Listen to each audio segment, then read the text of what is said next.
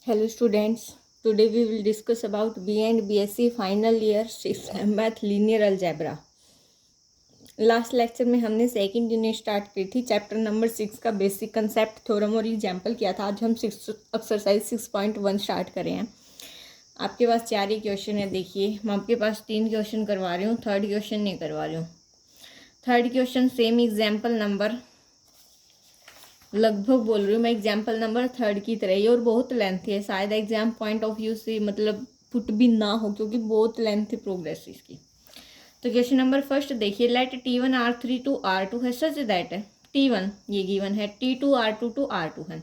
देखो first example same किया था हमने, R3 से R2 था, R2 से R3 था। तो T1 T2 तो हमारे पास नॉट डिफाइंड होगी।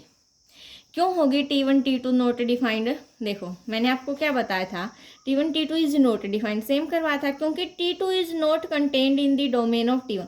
T2 की रेंज, यहाँ पर आपके पास T2 की रेंज R2 है, T1 की डोमेन क्या है R3, उसमें तो नहीं जा रही, बट T2 T1 एग्जिस्ट हो जाएगा हमारा। ठीक है, सेम क्वेश्चन नंबर सेकेंड है। तो पहले क्वेश्चन नंबर फर्स्ट देखते हैं। गिवन लीनियर ट्रांसफॉर्मेशन ये गिवन है आपके पास, T2 T1 हमारा एग्जिस्ट कर जाएगा। T1 x y z हमारे पास क्या है, 3x 4y minus z।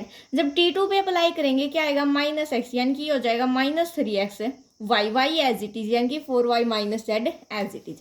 But T1 T2 is not defined. आप लिख सकते हो क्या, T2 की रेंज T1 के डोमेन में कंटेन नहीं कर रही है। ये था क्वेश्चन नंबर सेकंड में। T1 T2 भी to linear operator defined R2 किस पे डिफाइंड करें, R2 पे, सच दैट T1 गिवन और T2 गिवन है। Find a formula defining the operator, क्या क्या निकालना है, T1 T2 T2 T1 और T1 स्क्वायर। तो देखो हमारे पास ये चीजें गिवन है, उसके बाद क्या करेंगे, T1 T2 निकालेंगे एक्स वाई पे, T2 एक्स वाई, क्या हमारे पास माइनस वाई और एक्स पुट कर दिया। अब x प्लस वाई है तो दोनों को क्या कर देंगे, add, minus Y plus X, और यहाँ पर क्या आ जाएगा 0। y को बाद में लिख दिया, x को पहले। सिमिलरली T2 T1 निकालेंगे, ये आ जाएगा आपके पास। अब बात करते हैं T1 का स्क्वायर की, यानी कि T1 X Y, T1 X Y किसके इक्वल है, x प्लस वाई 0 के, तो वैल्यू पुट कर दी, फर्दर ये आ गया आपके पास। ठीक है, अब क्वेश्चन नंबर 4 देखिए, let T and S be two linear transformation. T और S आपके पास दो लीनियर ट्रांसफॉर्मेशन है, R3 से R2 इस प्रकार से डिफाइंड की गई है।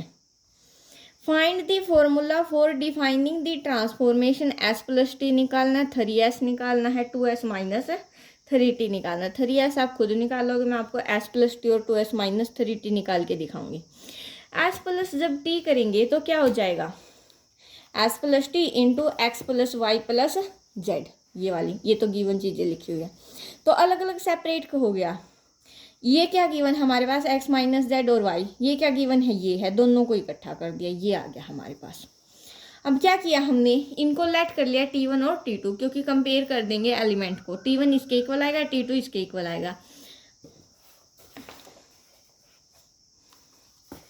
तो यहाँ से हमारा क्या हो गया, मैट्रिक्स बना दी, ये हमारे पास क्या आ गई, रिक्वायर्ड एसोसिएटेड मैट्रिक्स। सिमिलरली जब 2s और 3t को माइनस करेंगे, 2s निकाल दिया हमने, 2 के साथ s की मल्टीप्लाई कर दी और t के साथ 3 की मल्टीप्लाई कर दी, तो ये आ गई हमारे पास टर्म में।